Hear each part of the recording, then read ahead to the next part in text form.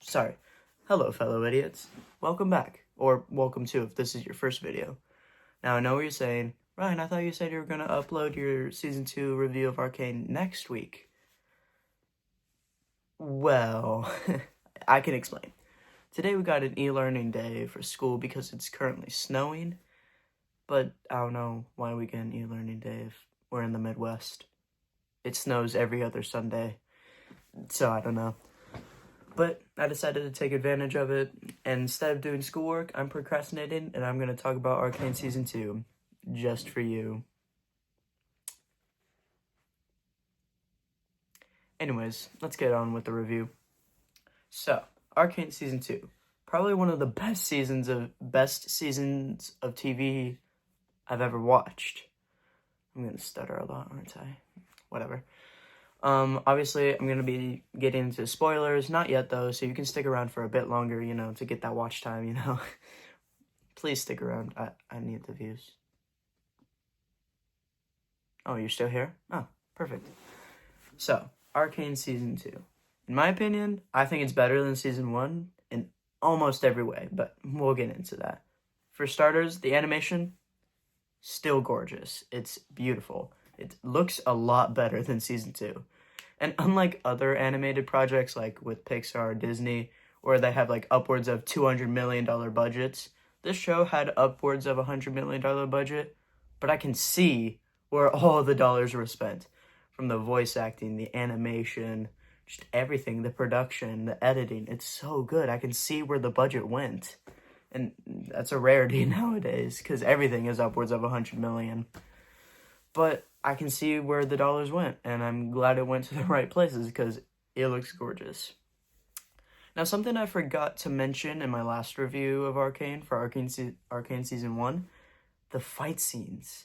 The fight scenes are so good. Some of the best choreographing I've ever seen in a non-superhero project. You could argue it's a superhero project, but it's really not. But, this is some of the best fight scenes I've seen, even considering superhero projects. Obviously, superhero projects are meant to have good fight scenes, but a lot of them don't. But this one isn't even superhero, and it has incredible fight scenes. The choreography is really fantastic. Not to mention, during a bunch of the fight scenes, it switches art styles and turns into a music video. I love it. I love it. It's like I can go back and watch it as a music video, but it's a fight scene. So yeah, the action in this season, incredible. Really, everything in this season is incredible. Don't have much critiques. Let's see, I've talked about the action, the animation. I think this is where the spoiler territory is going to get into. So if you don't want to be spoiled, go watch Season 2. What are you doing? Get off of your butt and sit yourself down and watch all of Arcane. And then watch my reviews, because I think you might want to hear what I got to say. Maybe not. I'm not very original. Everything I'm going to say has been said a million times already. I was a bit late to the show. But that doesn't mean my opinion matters any less. So, Arcane Season 2. I think my only issue with the show is the pacing. Now, compared to the first season, the pacing is super fast. But I also recognize the pacing kind of needs to be fast with the kind of story they're telling in Season 2. If you didn't know, every 3 episodes is an act in Arcane. Act 1 is episodes 1 through 3. Act 2 is 4 through 6. And then Act 3 is 7 through 9.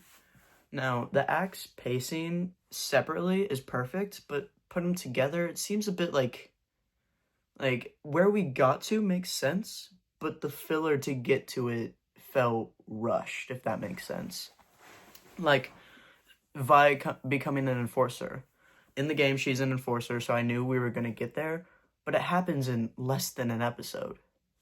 Which doesn't really fit Vi's character if you know Vi, because her parents were killed by enforcers. So, it makes sense that she came to this conclusion and joined Caitlyn. But again, the pacing, it didn't feel, it felt rushed. Or, Victor's turn into a villain. Each act is, separately, his character makes sense, but put all together in one string, it's we go from Jesus. No, we go from guy in like tube and then Jesus and then villain. It feels a bit rushed, especially since season 1 Victor was so like precisely written and like slowly built over time. To have this massive jump in one season is a little crazy. It would have made sense if the jump started in season 1 and ended in season 2, but I don't know. Victor's character, his character is perfect except for the pacing. That's my only critique about that. The only like major critique about season 2 is that pacing. Other than that, it's really a perfect season. Everything down from the action, the animation, the voice acting, the character conflicts. It's so good. Except for one scene. So if you don't know, in episode 8, Vi and Caitlyn have a, how do I say this? They have a scene. They dance with no pants in the jail cell. I didn't say it. Yes, I did. I'm cutting that out of the video. So, they have a scene, but the scene is in a weird place. Let's go through the entire scene from Vi's perspective. They capture her sister. She goes to her sister to meet her to try and get her to join the good side. She says that, like, killing is a cycle and it only ends when somebody is brave enough to end it, which, you know, makes sense. And then Jinx escapes the cell and traps Vi in it, and she says she's gonna end the cycle, implying that she's gonna, you know, off herself. And then Vi is like in there, and in her mind, her sister just went off to like commit suicide. And then when Caitlyn shows up, it takes like 5 seconds, and then they, you know, do the dance with no pants, which, like, from her perspective, her sister just went off to kill herself.